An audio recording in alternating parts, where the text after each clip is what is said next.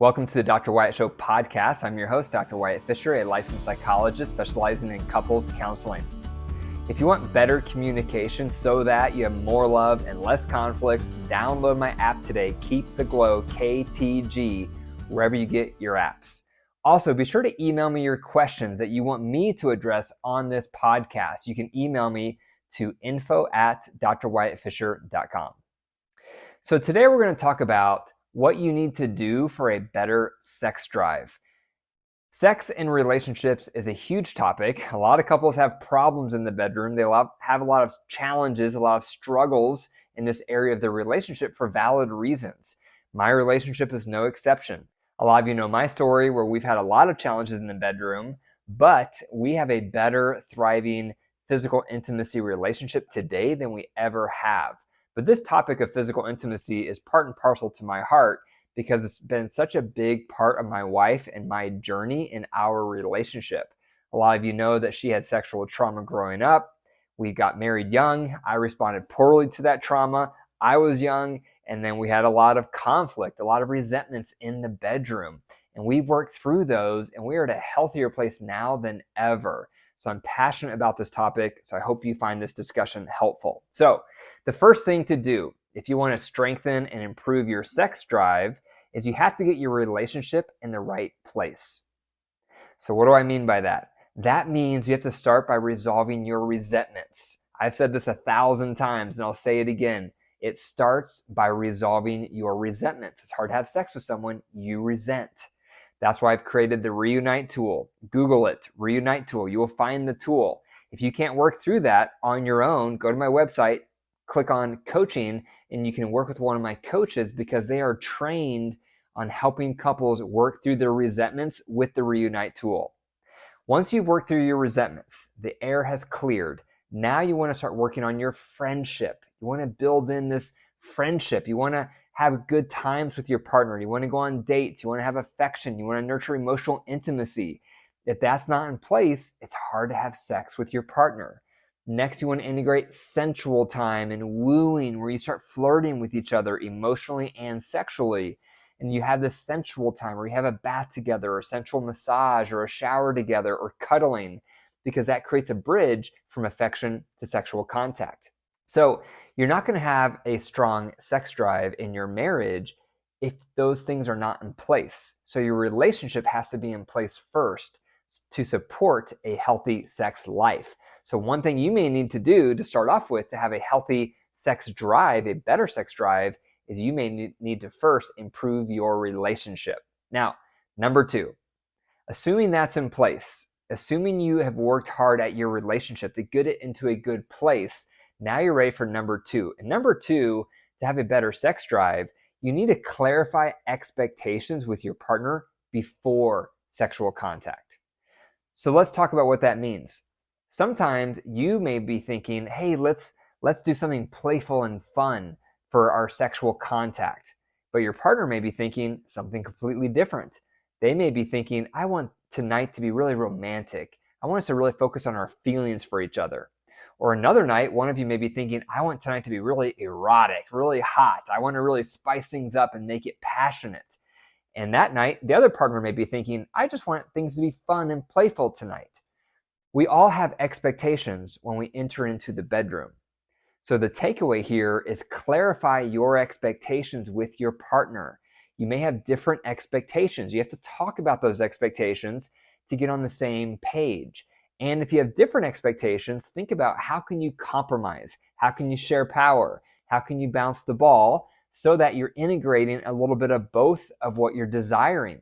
One of you may want the encounter to be really emotional and intimate and meaningful, and the other one may want it to be very erotic and passionate. Both are valid. How can you integrate elements of both into your sexual encounter so that it's satisfying for both? A lot of us go into these sexual encounters with different expectations, but we don't talk about them. And that means later we're going to be disappointed because our expectations are not met, or just one person's expectations are met and not the other one. And when you have repeated sexual experiences that are not pleasurable, or they're not satisfying, or they're not what you were hoping, that's going to lower your sex drive.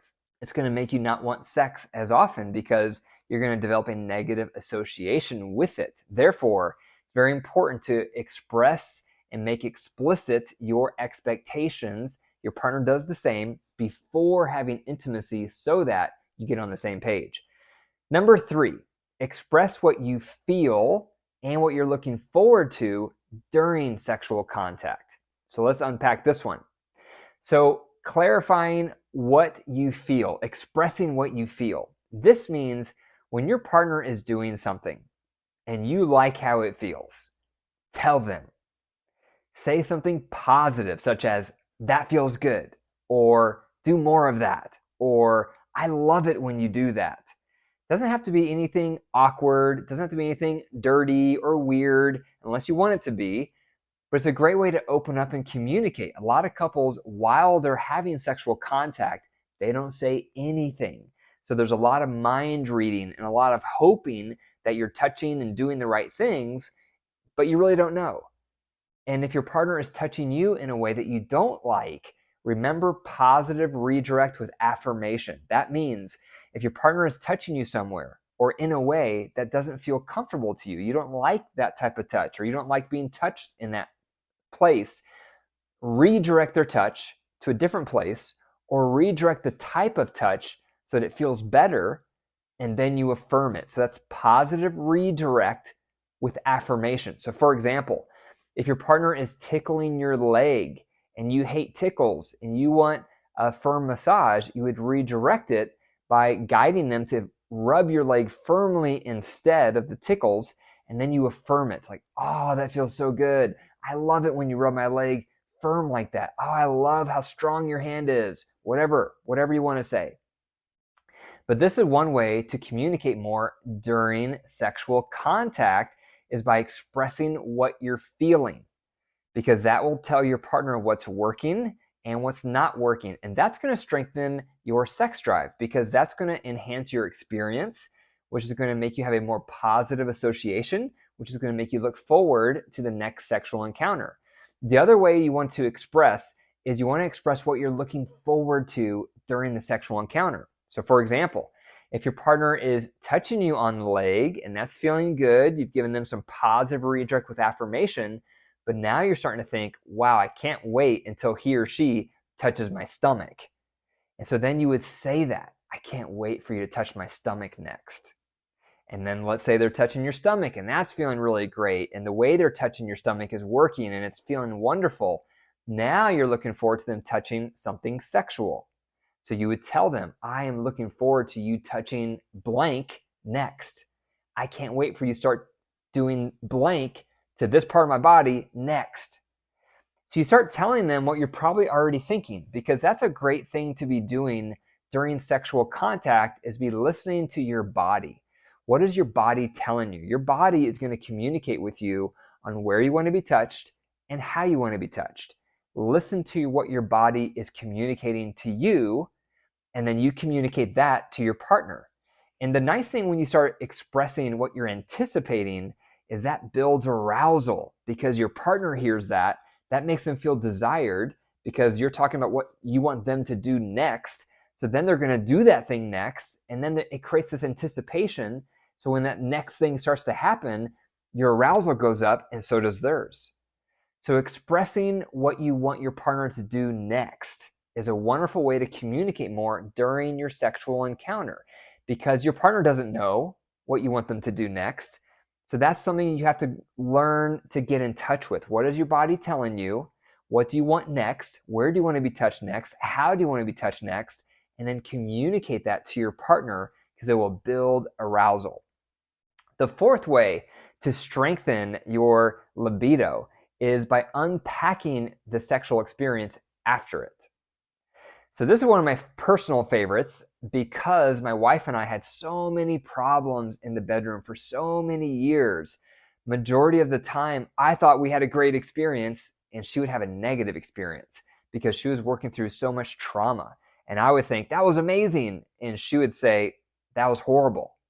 Because for her, she had so much inner battles going on because of all these negative experiences from her upbringing. And so I really honed in on this last tip, which is unpack the experience after it. And what you do here is you apply the bullseye question to the bedroom. So you take turns asking each other, what's one thing you enjoyed and what's one thing that could have made that better? That's the bullseye question applied to the bedroom. This is huge. A lot of couples do not talk during and they do not talk afterwards. They fall asleep, they get up and go to the bathroom, they go on and do a different activity, but they don't unpack the experience. There's so much rich data right after a sexual encounter because both of you had a lot of experience in that encounter with what you liked and what maybe could have been better. But if you don't talk about it, you're not going to learn those lessons. You're not going to hear what could have been better. You're not going to hear what they liked. So you have to have some courage here. You have to have some strength to ask this question. Don't get intimidated. Don't get embarrassed. Don't get sheepish around this question because guess what? Your partner's going to think these things whether you ask or not. So isn't it wiser to ask and get the feedback than just having your partner think these things that you're not privy to? Because once you ask this question, what's one thing I did right? What's one thing you enjoyed? And what's one thing that could have made that better? When you ask that question, first of all, you're going to learn what you did right, what they enjoyed. That's going to be locked away in your mind because now you're going to make sure you do it again, which is good for both partners. And more importantly, when you hear what could have made it better, your partner could say all sorts of things. They may say, I wish we would have camped out doing this activity a little longer before we transitioned. Or maybe they'll say, I kind of didn't like the lighting. It made me a little self-conscious. Or maybe they'll say, I kind of wish we would have cuddled a little more before we even started sexual touching. It felt like we kind of rushed into it too fast. Who knows? Sky's the limit. They could say anything, but every time they give you feedback and you give them feedback, it goes both ways. Now you're learning from your sexual encounter, and that means you can apply that content to the next sexual encounter to make it better. And that's going to be better for your sex drive because that's going to give you hope that you have a voice, that things are improving, that you're both changing. And from that perspective, your love life in the bedroom is going to continually be getting better. And that's what you want. You want your sexual intimacy to continually be getting better because that's going to strengthen and better your sex drive. So those are 4 tips to better your sex drive. Number 1, get your relationship in the right place. Number 2, clarify expectations before sexual contact. Number 3, express what you feel during it, positive redirect with affirmation, and what you're looking forward to during it. And number 4, unpack the experience after it. Thank you for listening to the Dr. Wyatt Show podcast. If you want to find out if your relationship is in the green, yellow, or red zone, be sure to click the link in the description for my free quiz. Also, if you want more support from me, live support every week, and access to my best resources, join my marriage boot camp. You won't regret it. The link for that is also in the description. And remember, your marriage is alive. If you care for it and nurture it, it will grow. If you deprive it and neglect it, it will wilt and die. The choice is up to you.